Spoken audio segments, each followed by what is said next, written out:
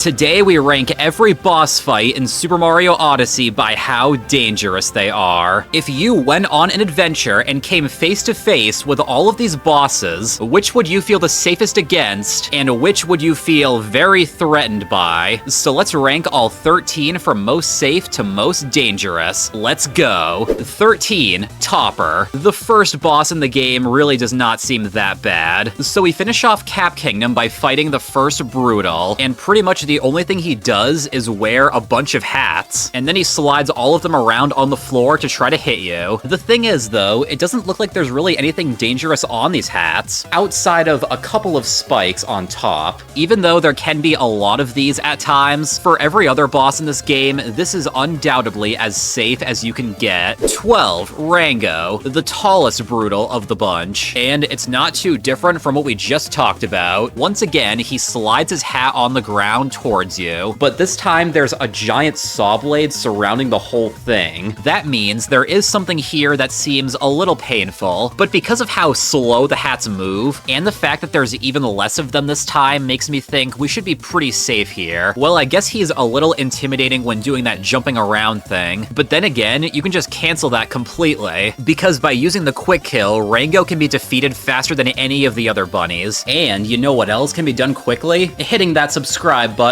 Apparently only 1% of you are subbed, but if you want to change that and help boost my self-confidence, you know what to do. Let's continue. 11, Molescalancier, or something like that, the Seaside Boss. So this guy might look a little threatening, but when thinking about it, he really does not do that much to attack you. The way you defeat him is by spraying water with a gushion on top of his head, and because of that, most of the time you're gonna be above him. So being in the air, you can dodge his attacks really easily, which already wasn't much. I mean, he spits a couple of spike balls out, and they travel through the air really slowly. Not to mention, all of this is done in one of the safest kingdoms in the game. It's really nothing to sweat over. 10, Madame Brood. Yep, the bunny mama. This lady is very protective of her multi-moon, so to make sure that you can't get it, she instructs her golden chain chomp to attack you. And yeah, that sounds a little dangerous. I mean, I certainly wouldn't want to suffer a bite from one of these metal spheres, but again, I feel like we would be okay here because of how slowly both of them move around. As long as you're at a safe distance with each swipe, it should be pretty easy to capture the golden boy and fling him back. Honestly, it just feels like there's not a lot going on here. There's not even any explosions to watch out for. Unlike 9, Harriet. Yep, here's where things start to increase. The attack that she does is throwing a bunch of spiky bombs in your face. Quite a lot of these are dropped throughout the fight, and not only do they explode, they also leave a circle of lava on the ground. That is definitely a huge concern. However, all of these bombs are thrown pretty slowly, so it's quite easy to knock them back. They're also pretty small, so easy to dodge, and I mean, we're still fighting one of the Brutals, so it can't be that bad. 8, Mecha Wiggler. You know, just looking at this boss, you would think it is one of the most terrifying. Basically, a giant bug trying to suck all of the power out of New Donk City. Not to mention that while fighting this guy, it's nighttime and pouring rain. That just adds to the terror when this thing starts walking up the wall and shoots its electric fireballs. This doesn't even look like a boss that should be in a Mario game. But when we think about it, this thing really does not have that many attacks. The only thing it does do is shoot the aforementioned fireballs in between phases. And the same can be said for the phase where it charges at you. I don't know, I feel like this boss could be a huge threat and probably should have been, but it really just does not do enough to justify a higher spot. 7, Torque Drift, the giant UFO that wants to steal all of the flowers. So what does this thing do? Basically, it stretches out some blocks for you to hit with the uproot, during which it doesn't do a whole lot, but then in between, it shoots a circle of laser beams on the ground. And I mean, I can't say I've experienced this, but they make a wall of laser beams moving towards you look pretty intense in the movies. Thankfully, the uproot allows us to go over all of these, but if we didn't have that option, this would be pretty insane. Look at how high some of these walls get. Overall, it's a pretty easy boss fight and certainly does not look all that scary, but lasers, man. Like, seriously. 6, Robo Brood. Once you get to the end of Bowser's Kingdom, this terrifying mech controlled by the 4 Brutals jumps up for a fight. So the main attack here is they shoot a bunch of giant Bowser bombs at you, and you have to use the Pokio to poke the bombs back at the robot's legs to take it down. When you start, the mech actually doesn't move at all, and it seems pretty slow at first, but as you get further in, more things start happening. Of course, the mech starts walking around, so there's the fear of being stepped on. In the middle, there's this insane phase where they're running around with invincible legs, and this part where there's a bunch of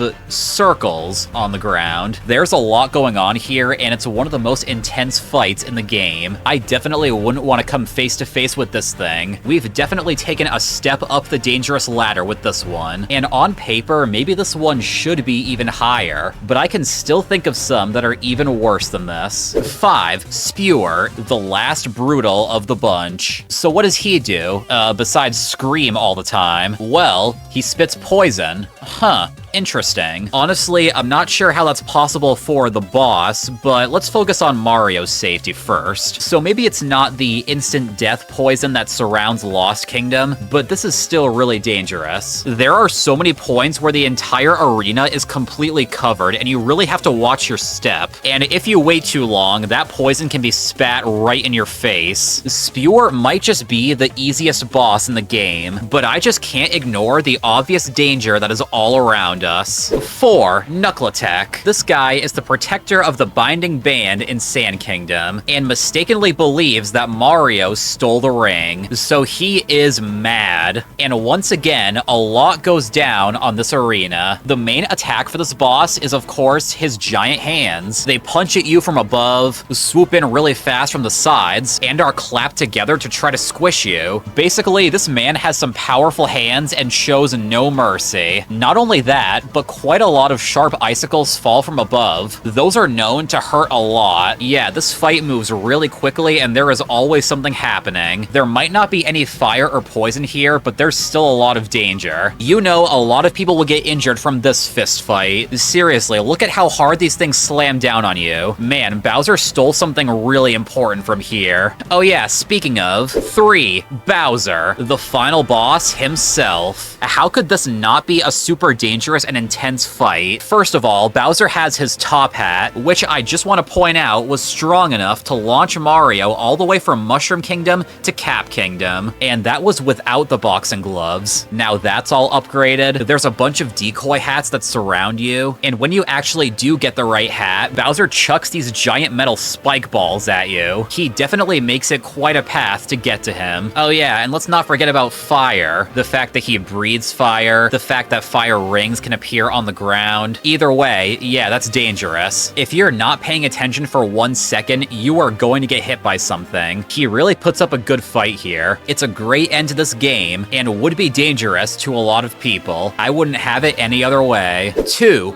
Teal, the giant bird in luncheon that circles over the soup pot. So what do we do here? Well, we capture a lava bubble, blast up to the big pot, swim along whatever the bird is throwing up, and jump on its head. So this boss fight is one of the best. And the only direct danger that I can think of is the spike balls that are spit into the pot. But what about what we're actually swimming in? So we're in a boiling hot soup that will burn us like lava, and to do this, we have to capture a ball of fire. That is the only way to even get close to this boss. And I have said that I think the lava bubble is one of the most dangerous captures in the game, so I just feel like I have to stick by that. This boss fight is one of the most dangerous, not because of the boss itself, but because of the way it's actually fought. Simply put, you would suffer some burns from this, and that is best case scenario. Those dang lava bubbles. And number 1 is the Ruined Dragon. Just one look at this guy says it all. Would you want to go head to head with something that had a name like the Lord of Lightning? I didn't think so. Lightning is without a doubt one of the most dangerous things in the world. One strike and you basically get burnt to a crisp. So fighting a dragon that has full control of lightning does not sound fun. The arena that we stand on gets absolutely covered by it. You have every chance in the world to get hit by this stuff. and it's all done in what is 100% the creepiest kingdom in the game. Yeah, this looks like the home of a dragon. And if any person in the world actually had a chance to fight a dragon, do we actually think that would end well? And also, after this guy is finally defeated, he doesn't even die. He just sits here on the platform staring at you every time you walk by. The creepiness lives on forever. Well, there we go. That is it. Thank you all so much for watching. You guys are awesome. It really does mean so much to me that you're enjoying these. Let me know anything that you would change, and also, what's your favorite boss fight in this game? And with that, I'll see you all next time. Take care.